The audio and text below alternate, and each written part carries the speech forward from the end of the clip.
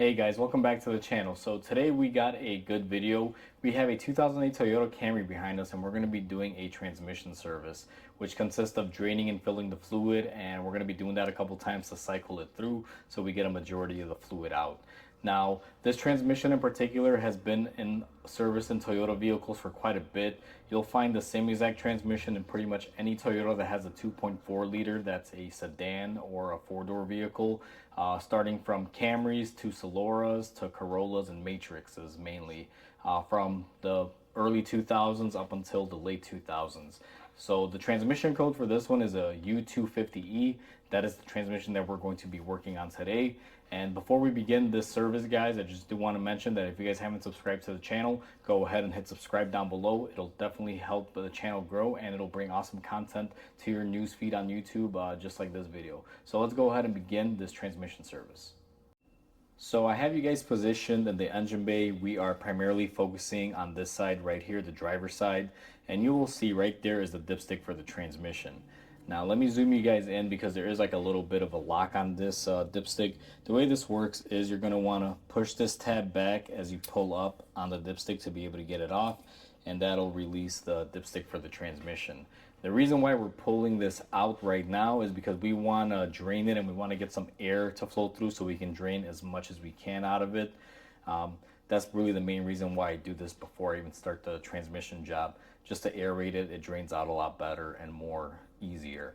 Now, this transmission has been used on quite a few different cars, guys. Even though we're working on a Camry here, this actually applies to Corollas and Camrys. And you know, it's basically the same transmission from, I want to say, around 2000 all the way up to the later 2000s. So if you have a dipstick in this location here, and I'll try to include the model of this transmission in this video as well here in the title, but they are all basically the same. Toyota had a long running combination with this 2.4 liter engine, as you guys see here, and this transmission in basically all their cars. So this is going to cover quite a few Toyotas, not just the Toyota Camry. Now that we got that covered, one other thing I want to mention is that sometimes this will be colored orange. Depends on the year and the model, but like I said, they're roughly all the same transmission style. They just change the color on this for whatever reason, depending on the year. So be mindful of that. If you have an orange one, it is for the transmission dipstick. So let's go ahead and raise the car and I'll show you guys how to drain the fluid.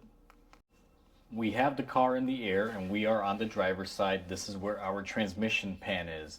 And you will notice that on the transmission pan, we have this drain plug right here.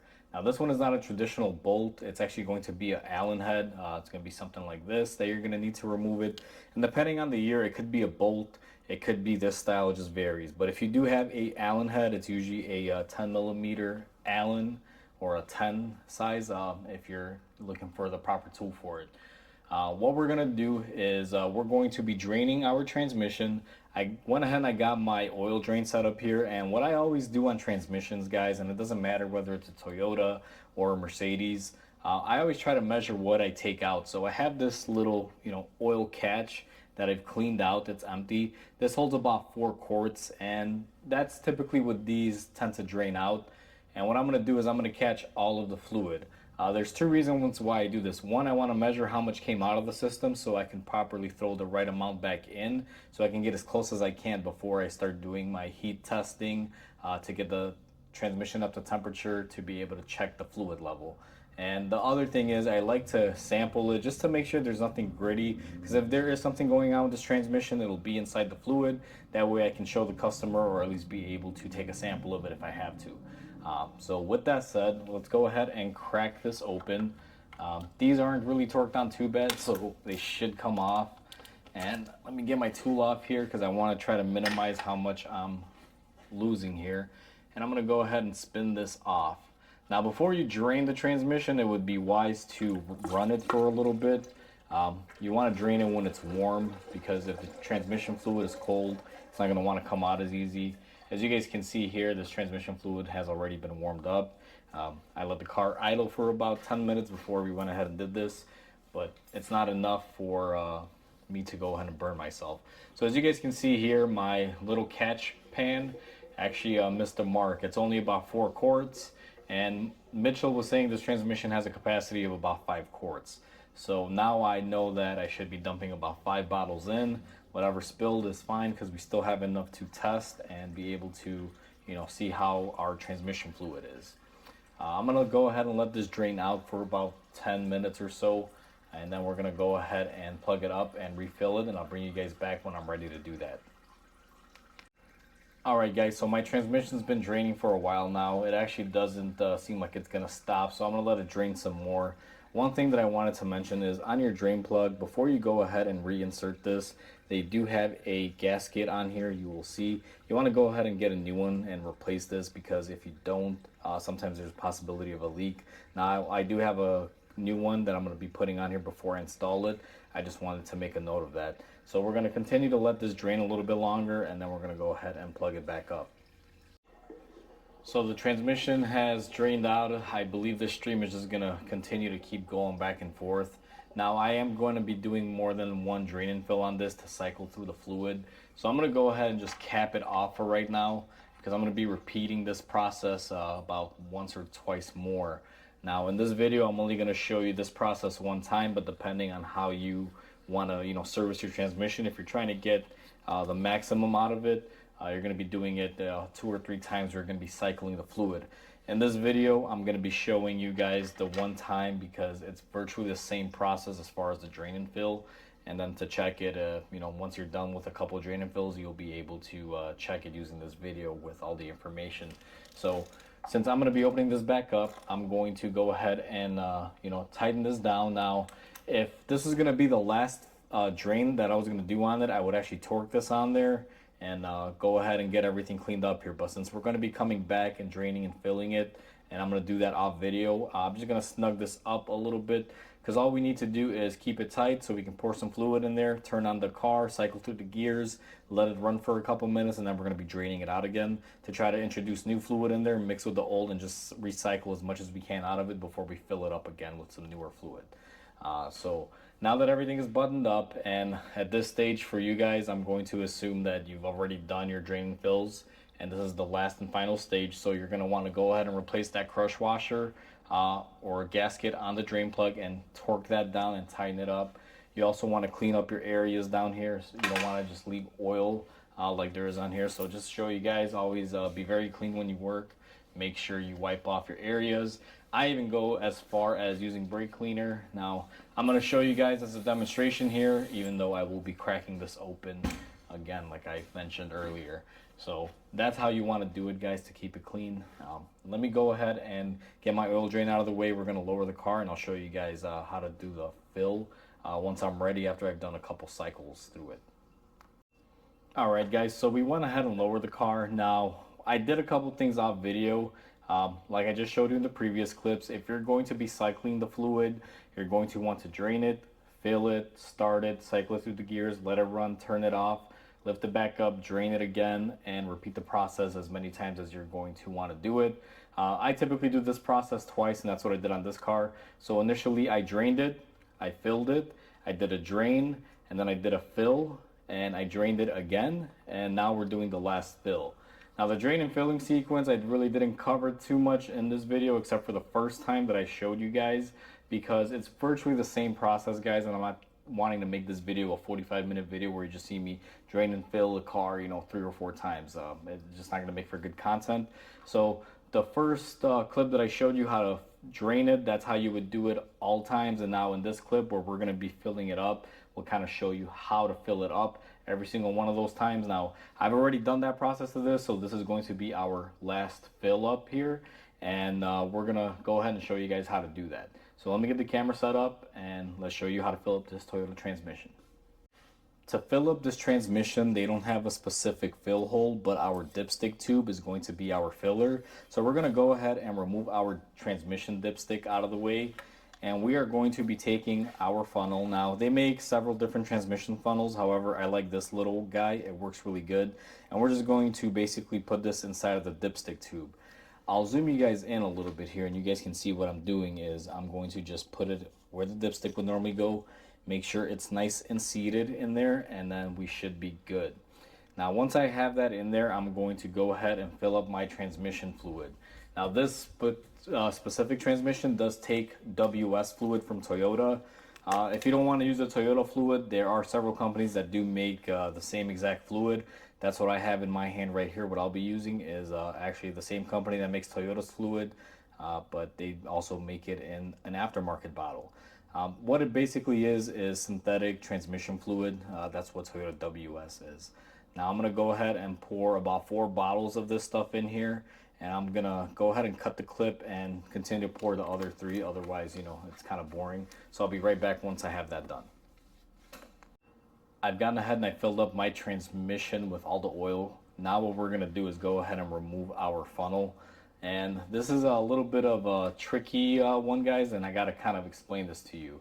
Before you go ahead and start the transmission to warm it up and get it up to temperature to be able to do your hot fill check, what you're going to want to do is allow this oil to basically drain all the way into the transmission pan. It'll take about 10 or 15 minutes because we filled it up from the dipstick tube. And before we start the car, we want to get a proper level reading, make sure that we have at least enough fluid in our cold range on the dipstick. And if you were to just pour the fluid in here and then go ahead and put your dipstick in there, you're going to get an inaccurate reading because you'll have oil all over the inside of the tube. So you're going to allow that tube 10-15 minutes before you check it. Now, while that's doing that, what I'll show you guys on the dipstick itself here, and it's going to be kind of hard to see, but you'll notice that you got your cold range right here. There's 2 notches. I don't know how well the camera will pick that up. And then you got your hot range right here. It's also these 2 notches. What I'm going to do after I fill the transmission and before I start the car is I'm going to stick my transmission dipstick back in there, and I'm going to make sure I got fluid in this cold fill range area, because if I don't, I'm not going to want to start the car and let it run because the transmission will not have adequate oil in there to be able to run even if it's idling. So you want to make sure you're at least at the cold mark. And one thing that I check is I check it before I started, make sure it's up here. And what I'll do afterwards is start the car up for about 5 or 10 seconds. I'll cycle it through all the gears. I'll turn it off and I'll come back here and I'll check to make sure that I still have oil on my cool fill. Because you may find that it may go down once the transmission starts working and the pump is picking up the oil. And you may have to adjust it to get back up to here. So be very mindful of that. Now, a lot of you may wonder, why is that such a big thing to check that? Well, here's the thing, guys. I'm in a shop. I'm going to be using a scanner. So for me, I don't really have to go through all these checks because I hook up my scanner. I know exactly where the temperature of the transmission is. As long as I know I got oil up to my cold fill, I can run the transmission on the lift and get it warmed up and be able to check the proper hot level and be able to top it off.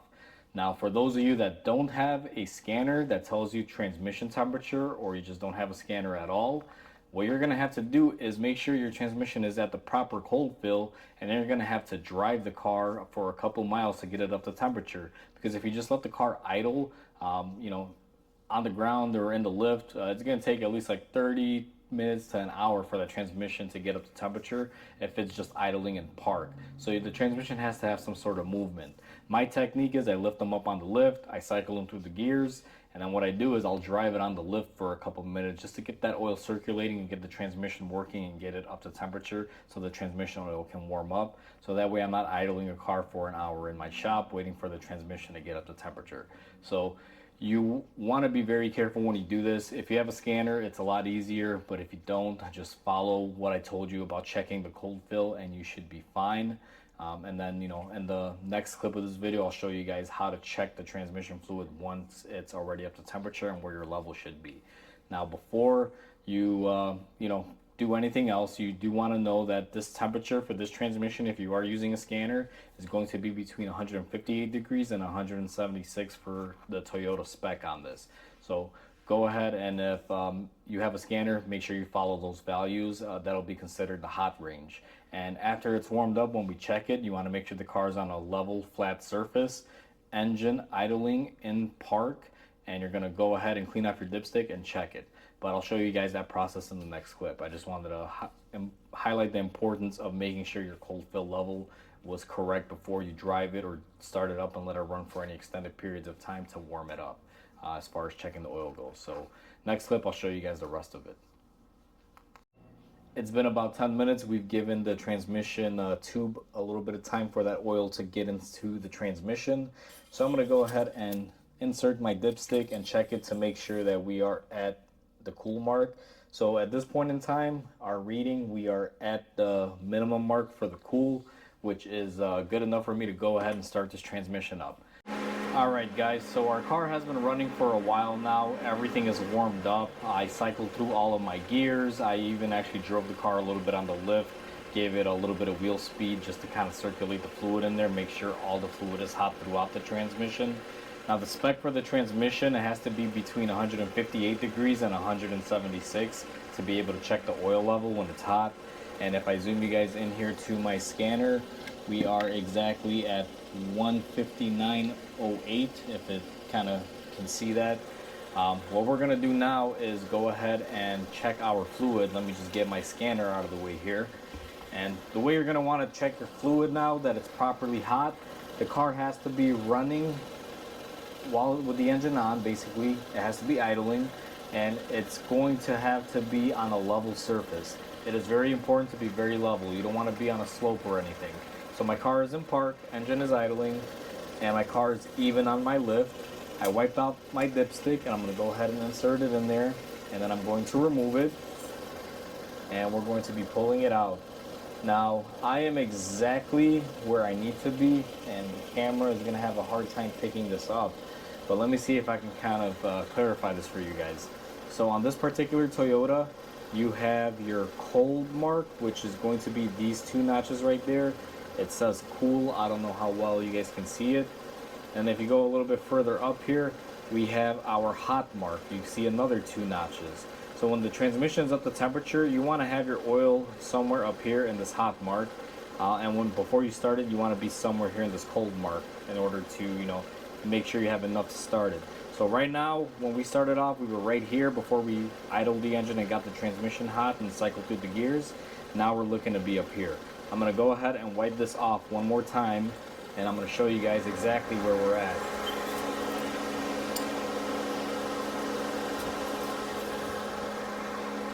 So if I zoom you guys in right now, you guys will see we are basically at the first little notch for the hot mark, which is pretty good. I'm going to add just a little bit more just to get it all the way up there, and it's not even going to need a lot, guys.